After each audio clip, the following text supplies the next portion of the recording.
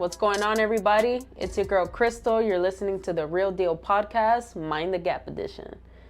I was initially gonna start by saying, "Yo, what's up, real dealers?" But then I was like, "Yo, that's kind of trash." And then I was gonna be like, "Yo, what's up, Mind the Gappers?" And the shit, it didn't flow. It didn't flow. So I didn't start off that way. We gonna work on that because I want a name for my loyal listeners. You know, the crew. But what's up, guys? I hope you guys are having a fantastic day. Today, I'm going to introduce you guys to a brand new segment that I told y'all about a couple episodes ago called No Bullfit, which is no bullshit fitness tips. I feel like there's a lot of false information out there when it comes to fitness in general, like all these fad diets and these pills that make you lose weight dramatically. Just shit that don't really make sense, right? And I feel like I've pretty much tried them all besides keto, because keto is just crazy, like no carbs. Like that's not the kind of life I want to live. That sounds kind of sad. So I've never done keto, so I can't really speak on that. But in my mind, again, for me, that's not sustainable, which we'll talk about that in a couple minutes. But for me, it's not sustainable. And yeah, you have to have a sustainable diet in order to truly have a lifestyle change.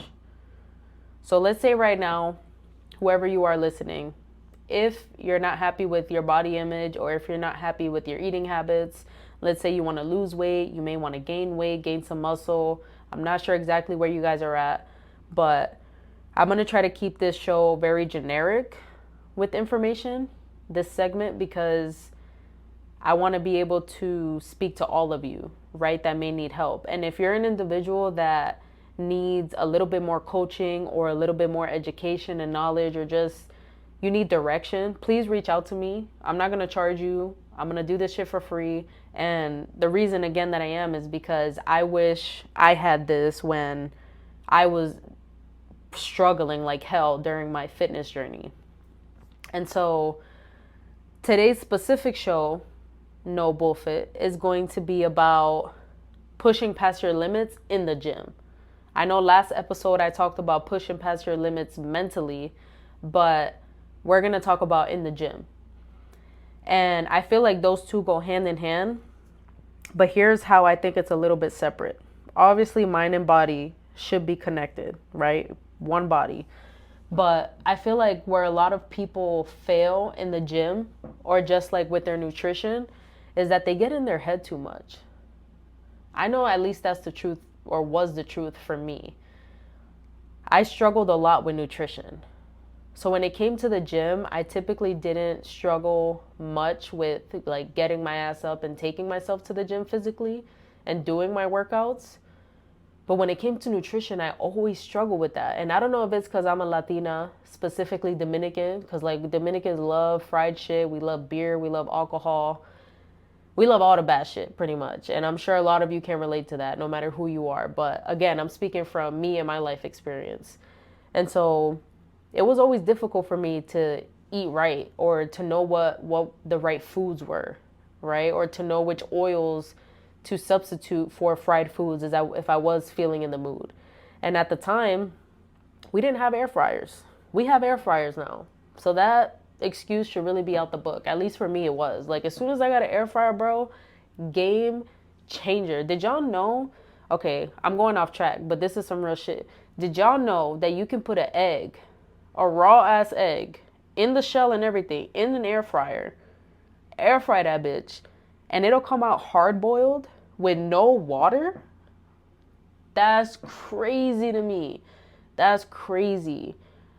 The day I found that out, I was like, nah, we really in the future. Because who would have ever thought? So anyways, back on topic. Push past your limits in the gym. Recently, I've created a goal that I would like to run a mile without feeling like I'm going to pass out. And if you're athletic, you're probably laughing like, a mile, bitch, come on. Like, that's easy. I could do that shit in my sleep. But for me, Crystal, it's very difficult for me to run, period. Let me tell you why. Just like 2 reasons alone. I got asthma. I got real asthma, not that fake shit. I got real asthma. And I have genetics that just don't work in my favor. Like for real. I got thick ass thighs. If y'all have ever seen me in person, I'm short as hell. I got thick thighs that don't save lives. It ain't saving my life. And again, I struggle with it. I'm like bottom heavy, if that makes sense. I'm definitely bottom heavy. And so running always felt like I had a lot of weight on me, because of my bottom. And so I never really attempted to run a mile. That's not something that ever came across my mind before because I always thought I couldn't do it. It always seemed impossible to me. Like literally impossible, especially with my asthma, because whenever I would actually start to get on the treadmill and gain some traction and feel good, like my body feels good and I'm getting that second wind from walking, I turned it up a notch like a couple months ago. And I kid you not, I was jogging, not even running. I was jogging for like 30 seconds and was out of breath, dude. Like when I tell you a bitch was out of shape, truly, I was really out of shape. But that's why I set the goal to push past my comfort zone, right? Push past my physical limitations that I thought I had, right? And I was like, you know what? No, like I see people running a mile. I see people who are heavily overweight running a mile, right? They're losing weight, but they're still heavily overweight and they're running a fucking mile. And I'm like, bro, what fucking excuse do I got? Like I'm not that heavy, right? I don't think I'm heavy and I'm not even trying. I didn't even try. So when I set that goal, I literally thought I wasn't going to reach it. And that's a red flag right there. Like, why would I set a goal that I think I'm not going to reach? And that just lets you know mentally where I was at the time that I was setting this goal. And so I started back up with my trainer, John. He's my boxing trainer. And I told him, I'm like, John, first session back, I was like, yo, like, number one thing I want to do is run a mile. Like, I don't care what kind of training, conditioning, if you're going to have me on some rocky shit, that's cool. But I really want to run a mile without feeling like I'm going to pass out. He gave me some pointers. He walked me through it. And literally that same day, I ran a mile in under 16 minutes without stopping too. And I felt great.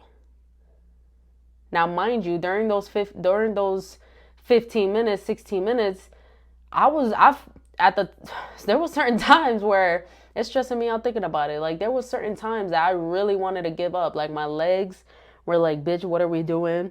My lungs, same thing, bitch, what are we doing? You need to stop doing this shit. But mentally I was like, no, like I'm gonna push past this. And luckily too, I had my trainer John there. He was talking to me the whole time, just distracting me from my physical pain that I was going through, because it was painful. And I was able to run that mile. And afterwards, I felt great. All the pain and all the discomfort that I went through while running that mile, it was all worth it afterwards. And so I say this story and I mention this story. It may seem small to you guys, but for me, it was a major, major, major accomplishment. In high school, I couldn't run for shit. When they would have us run that mile for the lap, I would walk the whole thing, right? Because they would give me the option back then where you could either walk or run. I was walking that whole bitch. I didn't even attempt it. And when I did try to attempt it, again, 30 seconds and I'm out. I'm on the bench. So to be able to run a mile under 16 minutes was incredible for me. And I'm proud of that. And again, it was something I thought that I would never be able to do. Just like I thought that I would never be able to lift heavy weights or be able to bench press 25-pound dumbbells on each arm. Like, it's crazy to think about because it's shit that before I really thought that I physically could not do. But if you just push yourself and if you just work your way up to whatever goal it is that you have, for me, I got I don't want to say lucky, but I did get kind of lucky having John there, to keep me distracted. Because had he not been there, I'm sure I would have stopped the treadmill at least a couple times. A couple times. But yeah, luckily I had him there to keep me distracted, to show my body and to show my mind that, yo, yeah, you can really do this. You can really do this. You just can't give in to the pain that you're feeling in the moment. Your body's not going to give up on you. You're not going to pass out the way I usually feel. Just keep pushing past it, push past the discomfort. And I'm not saying push yourself to the point of extreme exertion. You are going to be exhausted. You are going to be tired. That's normal. But don't be extreme about it, right? I'm not saying that either. Wherever you're at, even if all you can do is walk, that's fine. Walk for 20 minutes a day. Then bump it up to 30 minutes the next week. Then bump it up again to 45 minutes. And if you can walk at a steady pace for 45 minutes and do that on a consistent basis, like every single day or every other day at the very least, then you can start including like a jog in there once or twice, like doing a 60-second jog, walk for 3 minutes, walk for 5 minutes, or until you're able to get back to a resting heart rate, and then run again for 60 seconds. Stop, and then again, rest until you get into that resting heart rate. And just continue a cycle, whatever cycle that is. It doesn't have to be running. It could be lifting. It could be just getting yourself in the gym. The point is you have to start and you have to push yourself past your limits. If you tell yourself that you can't do something, you'll never do it. Seriously. And it sounds so simple, and it's because it is. It really is that simple. And I'm not saying it's easy, but it really is that simple. If you just tell yourself, yo, Crystal, today we're going to do boom, boom, boom, you better keep those fucking promises to yourself. So when you get up that morning, Crystal better do boom, boom, boom. Whatever that list is. For me, personally, I get up in the morning, I brush my teeth, get ready to do my first workout of the day. I go to the gym or I go outside to walk to do my outdoor walk. And then I come back, do what I got to do, go to work, crush it at work. After work, back in the gym, do my second workout. Whether that's indoor, outdoor, don't matter. I'm getting my second workout in. I'm finishing my water, crushing here, working on the podcast, going to sleep, repeating the same shit. Boom, boom, boom. And the reason I'm doing that is because I have certain goals that may not align with your goals. That's fine. My goals may seem extreme, but that's why they're my goals and not your goals. Real shit. Like, whatever your goal is, because whatever your goal is, I want you to DM it to me on Instagram at _MTG podcast _. Or if you guys follow my personal page at _Crystal, CRYSTAL, Jailene, JAILENE _. So at _ Crystal Jailene _. That's my personal Instagram page. DM me on there too. I want to know what your goals are. And think, I don't even want to say outside of the box. There's no fucking box. Just think. What is something you want to accomplish that may seem impossible in your life physically? DM it to me. Let's talk about it. I'm going to coach you through it. I can give you workout plans that have worked for me, or I can at least connect you with an actual trainer who will help you for free as well and actually give you links, resources, and real information. And if you're struggling with nutrition, yo, I'm still struggling with nutrition. Like, that's still hard for me. So let's talk about it together. Maybe we could help each other out. There's recipes that I've had the opportunity of receiving from some really dope ass nutritional coaches that you would eat it and see it and be like, yo, this is not, I feel like I'm not following a diet, but you are, because the macros are incredible.